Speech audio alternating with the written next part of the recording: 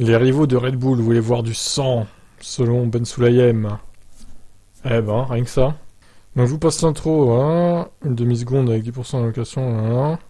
Je pense pas non plus, je pense que c'est une demi-seconde, c'est un petit peu exagéré, n'est-ce pas, Horner?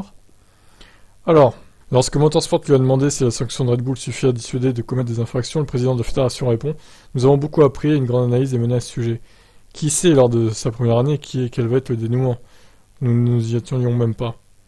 Si on regarde les autres écuries, elles diront que nous avons été indulgents avec eux. La pénalité? Certains veulent qu'il soit pendu et veulent voir du sang. Les écuries coupables, elles, trouvent la sanction très sévère. Alors comment trouver un compromis? Il faut être juste. Voulons-nous nous débarrasser d'eux, ou voulons-nous qu'ils se tiennent à carreau? Oh, bah si on pouvait se débarrasser de Red Bull, ça me déplairait pas, hein. Bon, ça ferait quand même 4 voitures en moins, il faudrait trouver une écurie qui remplace, ou 2, mais bon. En revanche, Ben Sulayem reconnaît que le délai de la sanction effective 10 mois et demi après la conclusion n'est pas idéal. Mais c'est ça.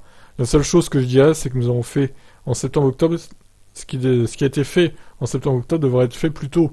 Mais nous avons beaucoup appris en cette première année et nous continuerons d'apprendre. Bref, mieux vaut que ça vienne en mai, pas en octobre. Bah, ça serait bien que, effectivement, l'année prochaine, on ait un bilan de la saison 2022 sur les budgets assez vite. Genre mai-juin, ouais, maximum, quoi. Une campagne de recrutement de la FIA devrait d'ailleurs contribuer à davantage d'efficacité lors des saisons à venir. C'était la première année du règlement financier et veiller à son application est très dur. C'est pourquoi nous avons également discuté des employés.